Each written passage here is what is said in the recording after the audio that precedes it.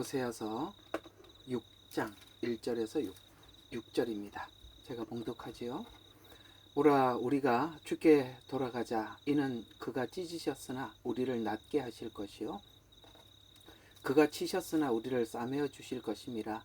이틀 후에 그가 우리를 살리시며 셋째 날에 그가 우리를 일으키시리니 우리가 그의 목전에서 살리라. 만일 우리가 계속 주를 알고자 하면 그때 우리가 알게 되리라.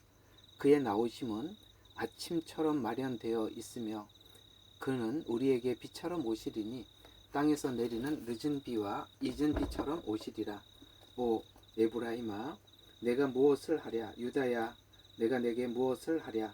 이는 너희의 선함이 아침 구름 같고 이른 이슬같이 사라짐이라. 그러므로 내가 선지자들로 그들을 베었고 내 입의 말로 그들을 죽였나니 내 심판들은 발산하는 빛 같도다. 나는 자비를 원하고 희생제를 원치 아니하나니 하나님을 아는 지식이 번제보다 낫도다. 아멘.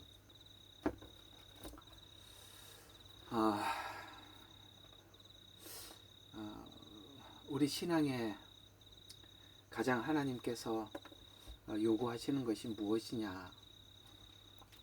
또 우리가 신앙생활을 하면서 가장 자주 경험하는 것이 또 무엇이냐면은 하나님이 원하시는 것은 하나님의 인애. 오늘 여기 이제 인애라고 나와 있고 또 킹제임스에는 인애라고 자비라고 선함이라고 나와 있고 아마 옛날 성경은 인애라고 나와 있을 것입니다. 어쨌든 이 말은 우리가 많이 들어봤던 헤세드라는 뜻입니다. 원어로 보면 아마 이 헤세드는 너무나도 중요한 이야기라 그 원어라서 아마 들어본 분들이 있으리라 생각을 합니다. 우리가 하나님에 대해서 안다. 그리고 하나님에 대해서 안다면 이제 조건이 하나님에 대해서 안다면 우리가 거룩해지고 또 거룩이 유지되어야 정상인데, 그러니까 거룩해지기도 해야 할 뿐만 아니라 거룩이 유지되어야 하는데 우리가 뭔가 신앙에 굴곡이 심하고 하나님 앞에 거룩을 쫓아가다가도 어느 날 무너져 버리고, 이게 이제 무엇 때문에 북이스라엘이 지금 지난날 하나님을 잘 섬기고 살아가다가 이렇게 무너지게 되었느냐라는 원인의 진단이 저번 주에는 종교인들이나 정치인들이나 왕들이 그 순수하게 하나님을 찾으려고 하는 마음을 중간에 가로챘기 때문이다. 그러니까 그들이 가로채니까 자연스럽게 하나님에 대해서 알아야 될 성도들이 하나님에 대해서 이해가 부족하니까 어떤 일이 생기느냐면, 오늘 포인트가 6장 4절입니다. 4절을 보시면 이렇게 하나님은 우리의 문제를 지적하고 있거든요.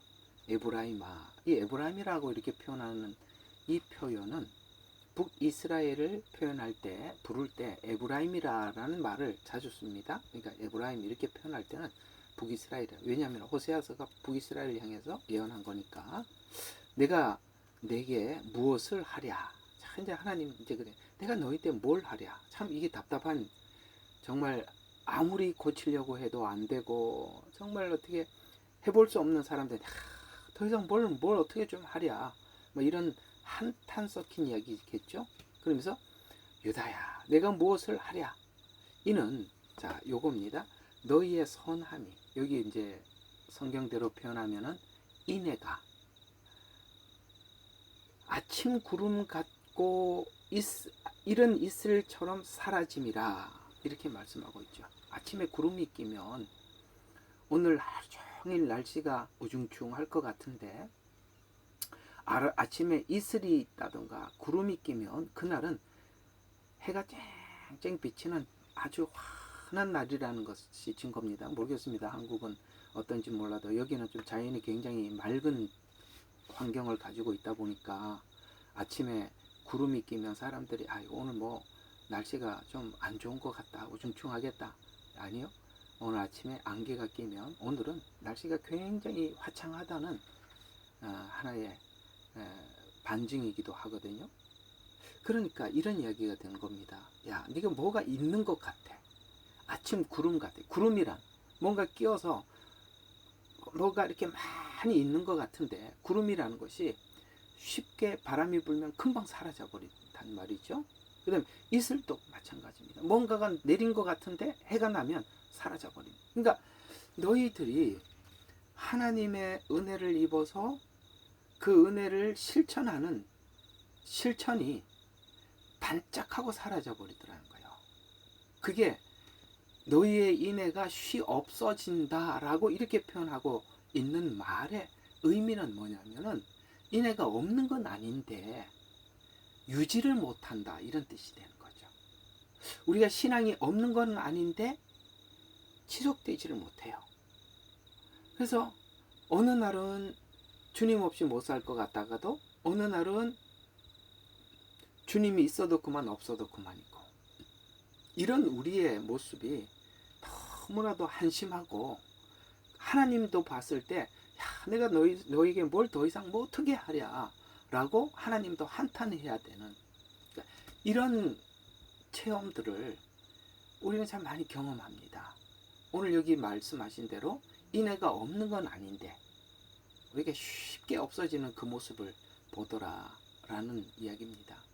그래서 이 하나님을 아는 지식인 인애에 대한 이해와 믿음이 없기 때문에, 그러니까 하나님을 알기는 아는데 하나님이 어떤 분인지, 그 하나님의 어떤 분인지 아는 것 중에서 하나님의 자비, 하나님의 인애, 이걸 우리가 모르니까 우리가 인애를 뭔가를 가졌다가도 사라지는 이유가 하나님의 인애를 이해 못하니까 나도 사라지는 것이다. 이렇게 이제 주님은 6장에서 지적을 하고 있는 것입니다. 그러니까 이 인애를 유지하려면 그 하나님에 대해서, 그 하나님의 자비로움에 대해서, 은혜에 대해서, 우리가 이제 자주 쓰는, 가장 많이 쓰는 단어로 표현하자면 은혜를 알면 알수록, 깊이 알면 알수록 그러니까 인애가 유지가 되는데, 이걸 모르니까 굴곡이 심하더라는 것이죠. 우리 신앙이 굴곡이 심한 이유가 하나님에 대해서 정확히 이해하지 못하는 것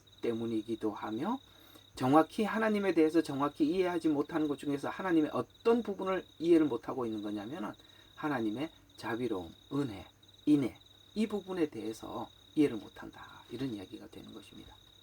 그래서 오늘 6장에서 지적하고 있는 우리 신앙의 지적은, 인애를 아는 지식이 없어 그 부족한 부족분들을 종교 행위로 너는 대신하고 있다라고 그렇게 지적을 하고 있는 것이죠.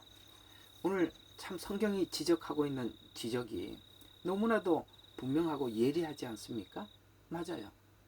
우리는 하나님의 성품, 하나님의 자비로움, 은혜를 우리가 지속해서 유지하지 못하는 우리들에 대해서 가슴 아파요. 그렇다고 해서 그것을 버릴 수는 없으니까 대신하는 게 이제 종교성이죠. 그렇게 계속 그걸 성경은 지적해 가고 있으니까요.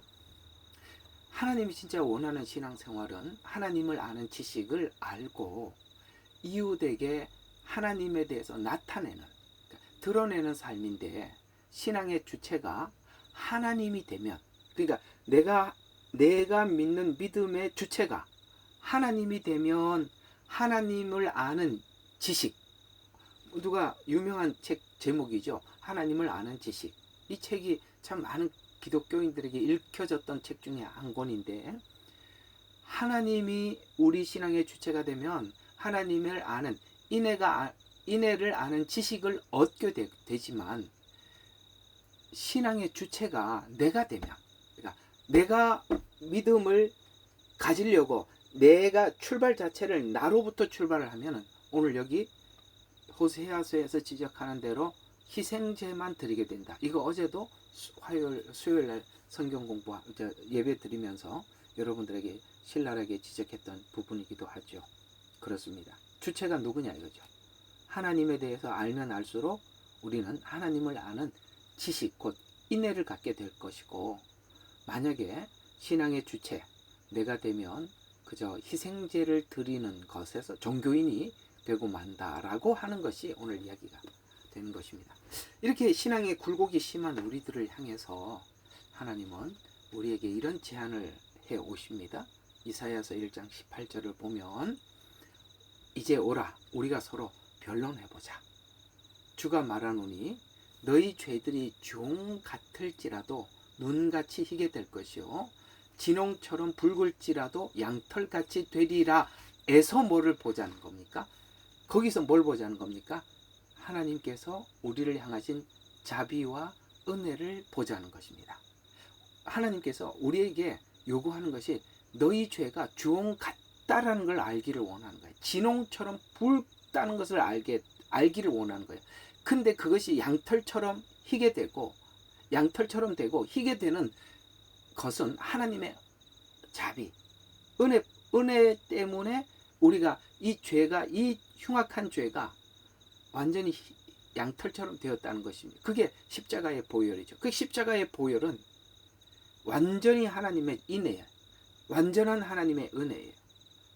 그래서 우리가 이 십자가 안에서 하나님을 알면 알수록 우리 안에는 하나님 주신 자비로움, 인애가 쌓이게 되고 유지가 되는데 그게 없이 신앙생활을 하면 우리는 아무것도 아니라는 것이죠. 계속 감정에 따라서 신앙의 굴곡이 혹은 사람의 옆에 주변에 있는 사람에 따라서 우리 신앙이 흔들리거나 아마 그렇게 되겠죠.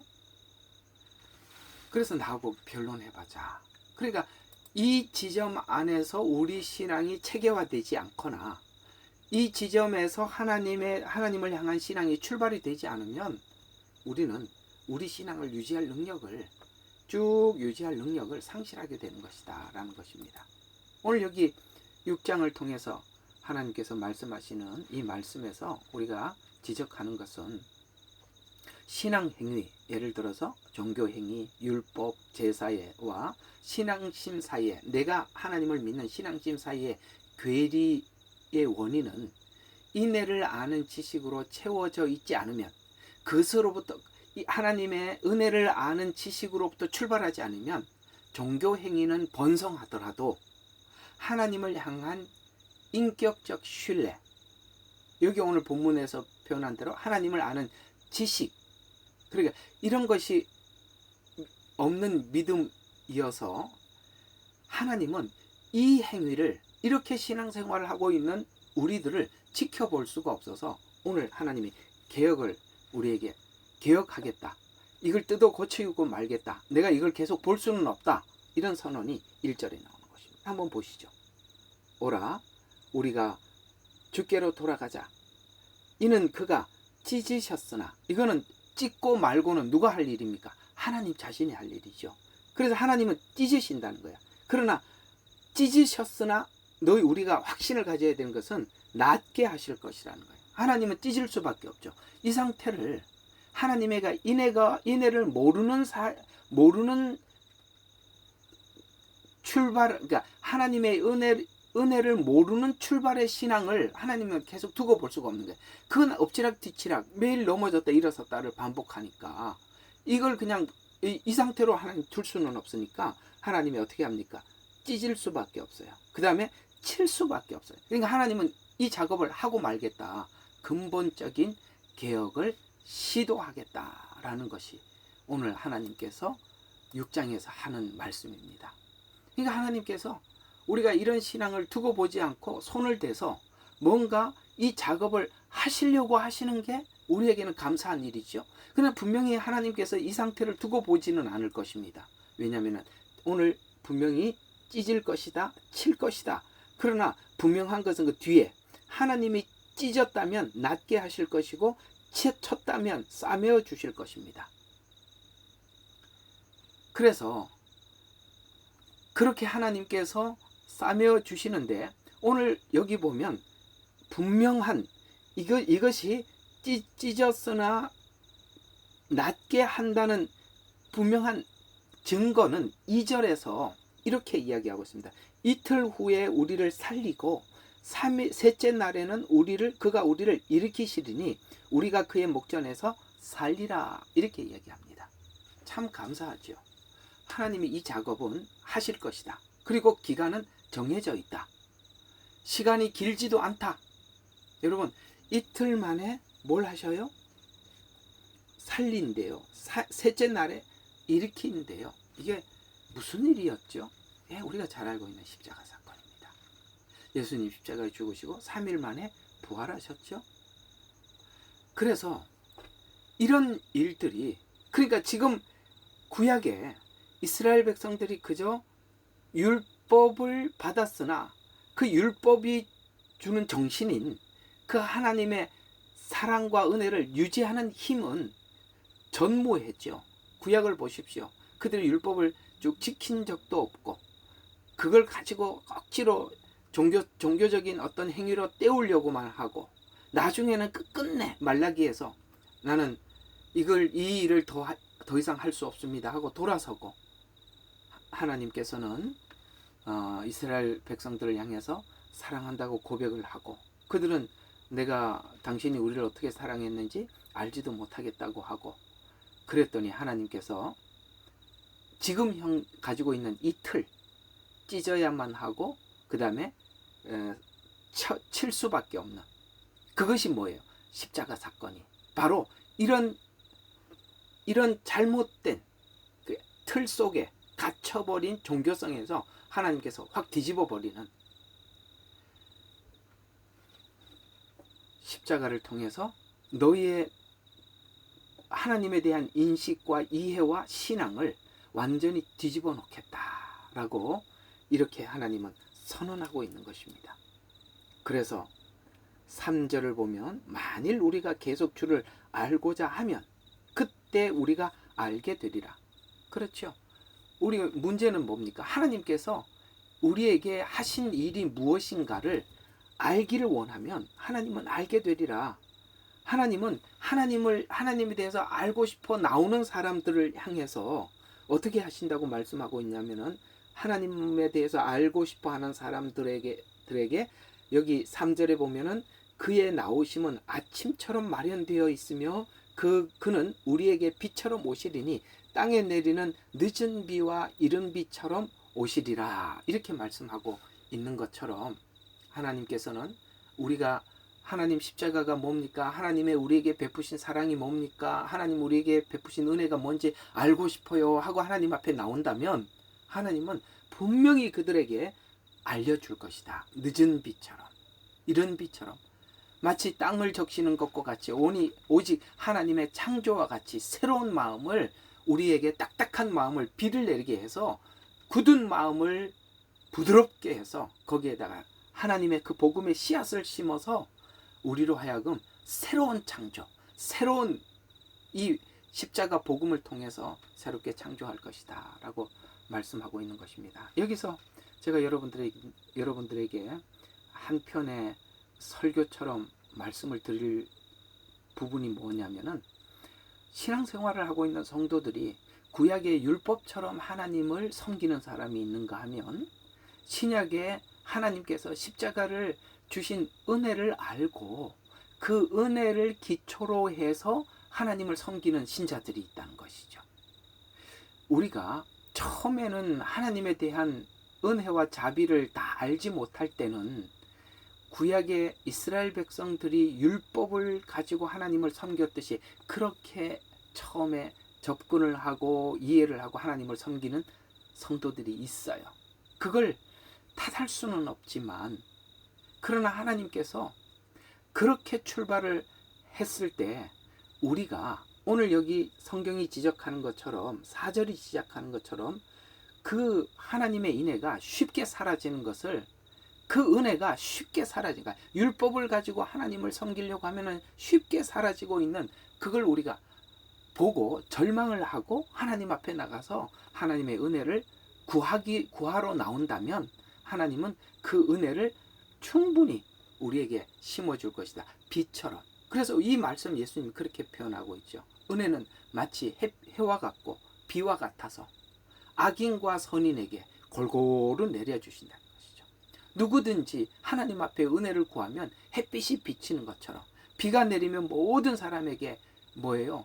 그 모든 사람이 비의 혜택을 보는 것처럼 그 악인이라고 해서 하나님께서는 은혜를 알게 해주시는 그것을 하나님께서 이렇게 막아 두시지 않으시고 의인이라고 해서 그들에게만 비춰주는 것이 아니라 하나님의 은혜는 누구든지 하나님 앞에 나와서 은혜를 구합니다. 알기를 원합니다. 라고 한다면 하나님께서는 누구든지 그 은혜의 빛을 비춰주실 것이다. 이렇게 말씀하고 있는 것입니다. 그러면 하나님의 인애를 알기 위해서 하나님의 인애를 어디서부터 우리가 찾아서 하나님은 이런 분이구나 라는 것을 알아갈 수 있을까요? 하나님의 인애는 처음부터 여러 군데 계시되었지만 가장 진하게 우리에게 계시된 부분이 출애굽기 3장입니다. 출애굽기 3장 13절과 14절에 이런 말씀이 있습니다. 모세가 내가 이스라엘 자손에게 가서 너희 조상들의 하나님께서 나를 너희에게 보내셨다라고 그들에게 말할진대 그들이 내게 말하기를 그의 이름이 무엇이냐라고 하면 내가 뭐라고 그들에게 말하리까? 라고 모세가 하나님께 물었어요. 그때 하나님께서 모세에게 말씀하시기를 나는 곧 나니라. 이게 인애예요. 이게 왜 인애냐? 조금 설명해 드리겠습니다. 나는 곧 나니라 하시고 또 말씀하시기를 너는 이스라엘 자손들에게 이같이 말할지니 나이신 분께서 나를 너희에게 보내셨다 하라 하시니라. 여기에 나는 나다라는 이 말은 인애라는 말은 하나님의 이름 속에 들어가 있는 이름이에요. 하나님은 당신은 누굽니까? 나는 나다. 이게 인애라는 말이거든요. 이게 왜 인애란 말이냐?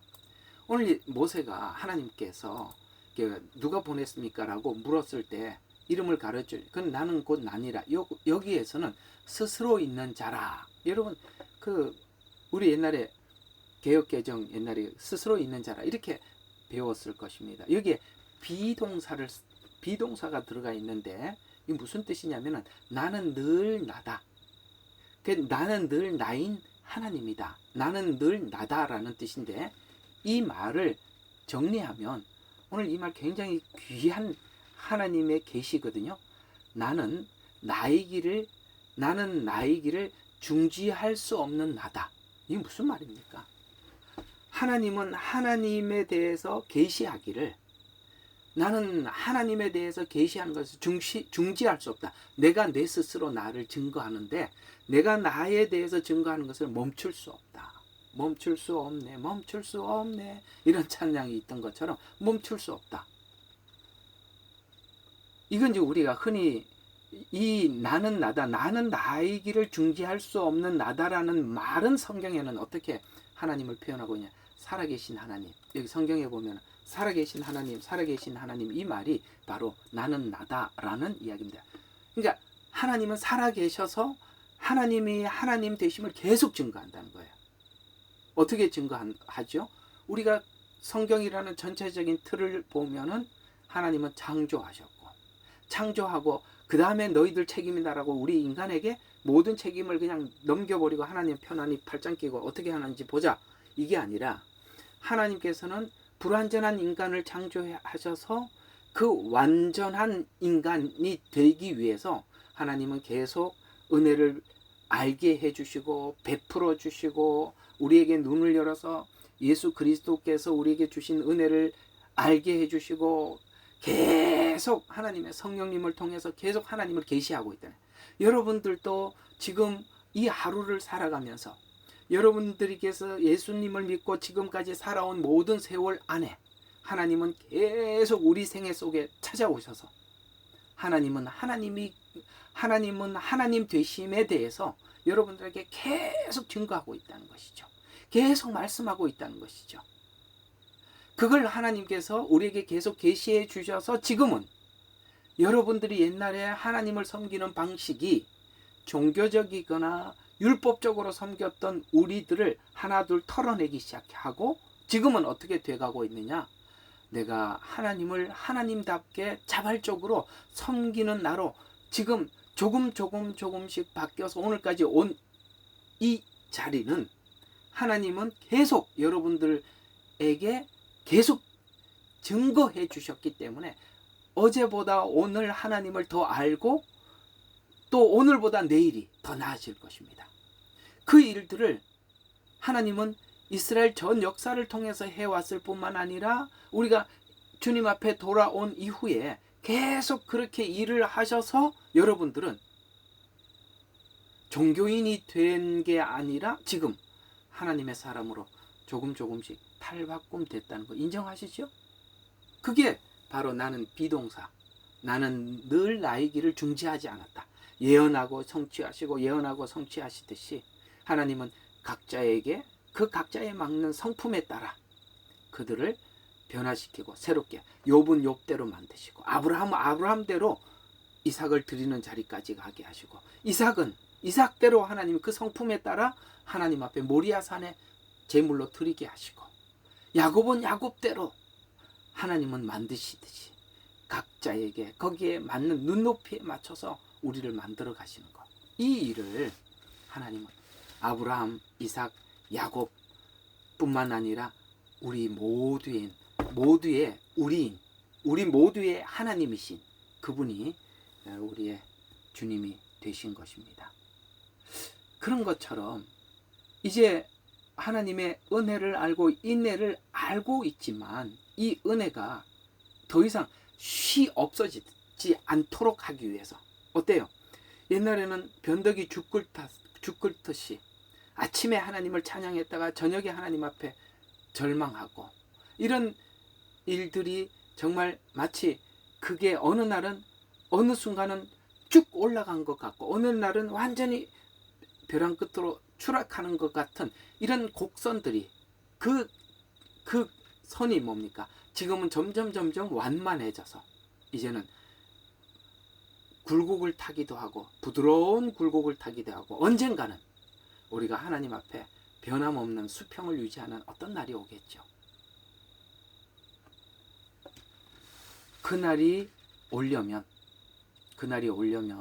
하나님께서 우리를 향하신 그 은혜의 크기를 우리가 얼만큼 깊이 있게 소유하느냐에 따라서 그 굴곡은 사라지게 될 것입니다.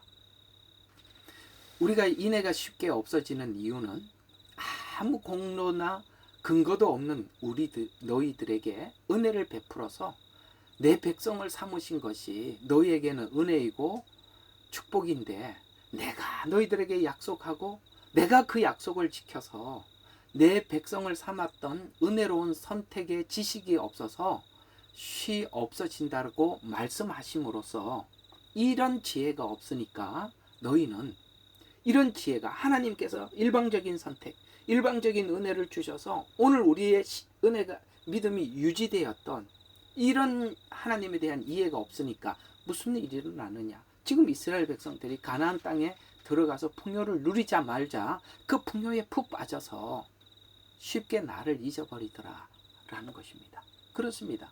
우리가 하나님의 이 큰 은혜를 우리 마음속 깊이 간직하고 살지 못하면 우리가 누릴 만한 어떤 것들이 우리 가까이 오면 거기에 쉽게 빠져버리죠. 예를 들면 우리가 이런 것일 수도 있습니다. 게임을 좋아하는 사람들은 그 게임에 푹 빠져서 하나님께서 주시는 그 은혜를 유지하지 못하게 되고 그 다음에 뭔가 내가 좋아하는 어떤 것들이 찾아오면은 거기에 또 빠져서 하나님의 예배를 등한시하고 기도하는 생활, 그 다음에 하나님이 요구하는 어떤 생활에 대해서 우리가 그것을 계속 유지를 못해 나간다는 게 더 좋은 어떤 혜택들, 오늘 여기 가나안 땅에 들어와 가나안 땅에서 누렸던 풍요가 그 풍요가 쉽게 나를 잊어버리더라. 그러니까 우리가 신앙의 굴곡이 왜 심하죠?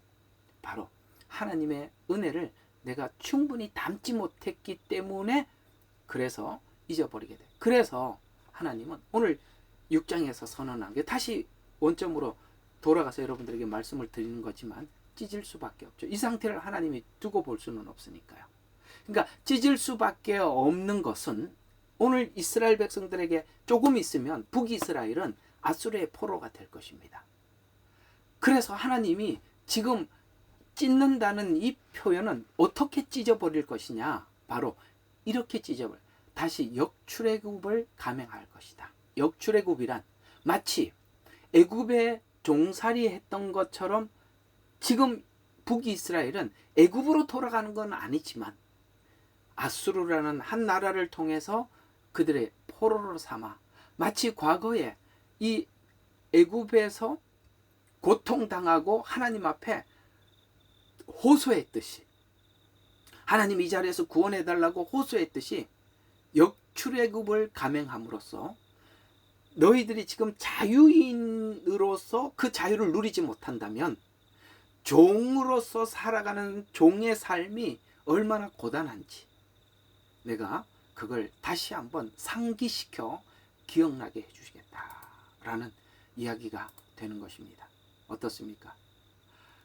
우리는 하나님 앞에 구원을 얻고 난 이후에 하나님은 마치 옛날에 하나님을 알지 못했을 때 눈물을 흘리면서 괴로워하며 고통스러웠던 그런 어떤 시간으로 되돌려서 하나님, 내가 구원받은 사람인데 이게 뭔지, 내가 지금 마치 예수 믿기 전에 있었던 내 모습과 다를 바 없이 뭔가 종속되어 있고 매여 있고 물질에 매여 있고 정욕에 매여 있고 욕심에 매여 있고 명예에 매여 있는 나의 그 비참한 현실을 역출애굽을 통해서 다시 감행해 줌으로써 또다시 자유인이 아닌 종의 자리로 하나님께서 묶어서 하나님께서 우리에게 주신 자유가, 은혜가 얼마나 큰지 내가 반드시 실행할 것이다.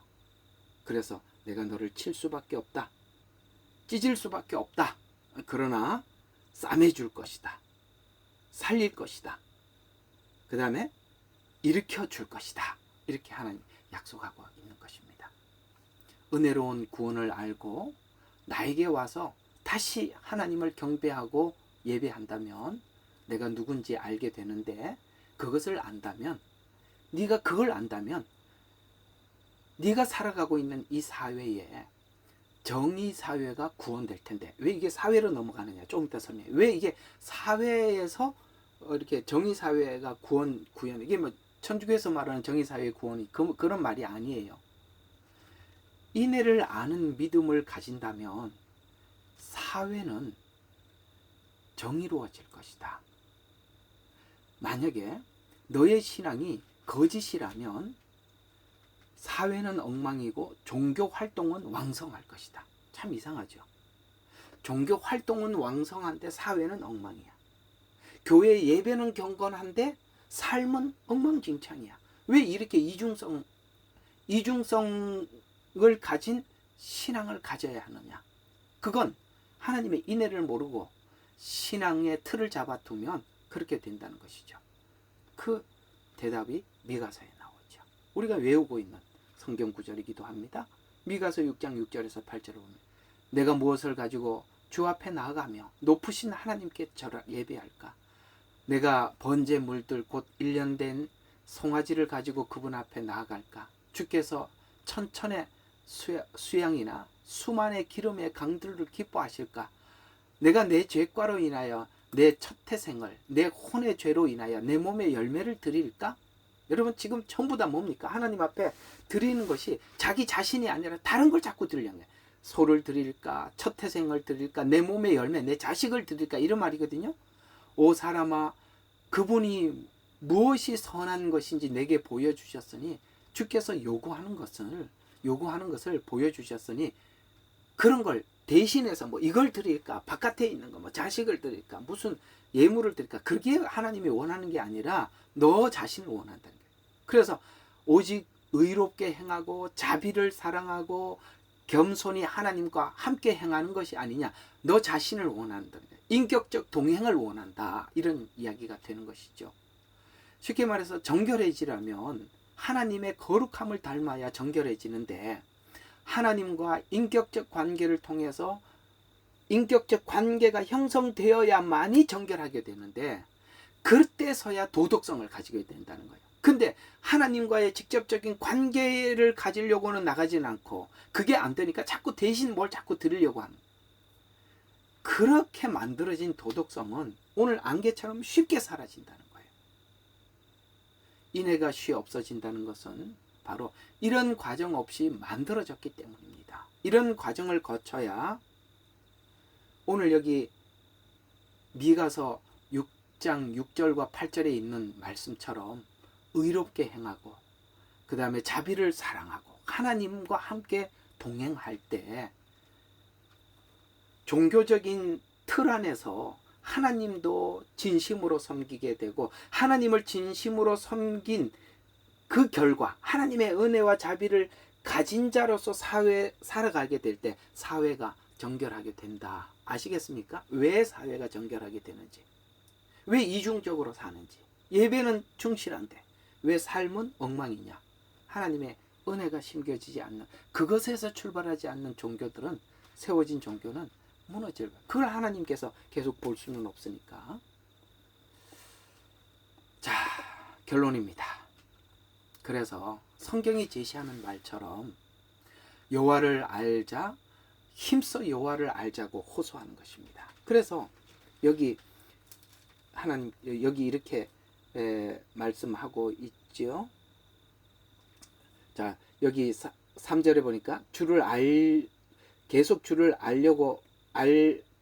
알고자 하면 그때 우리가 알게 되리라 라고 말씀을 하고 있고, 여호와를 알자, 힘써 여호와를 알자, 이 백성이 여호와를 아는 지식이 없어서 멸망하는다 라고 이렇게 말씀. 여기서 여호와를 아는 지식이 어떤 것일까요? 오늘 여러분들과 함께 나누었던 바로 하나님을 아는 인애입니다. 은혜를 아는 거죠. 그러니까 신앙 출발 자체가 은혜를 아는 것에서 출발한 것과 은혜를 알지 못하는 것에서 출발한 것은 분명히 다릅니다. 어떻게 다르죠? 아까 은혜를 알지 못하는 데서 출발한 것은 마치 톱과 같아서 갑자기 상승했다, 어느 날 완전히 무너지고, 상승했다 무너지고, 그 감정 처리를 할 방법이 없죠. 그러나 인애를 알 때 감정 컨트롤이 되고 뭡니까? 우리 신앙이 하나님 앞에 평정을 유지할 수가 있는 것입니다. 왜 이스라엘은 이렇게 왔다 갔다 할까요? 오늘 고멜처럼 그 은혜를 입었는데 은혜를 모르니까 또 옛생활로 돌아가고, 또 데리고 오니까 옛생활로 계속 왜 이렇게 왔다 갔다 하는 겁니까? 은혜를 모르기 때문이 아니냐.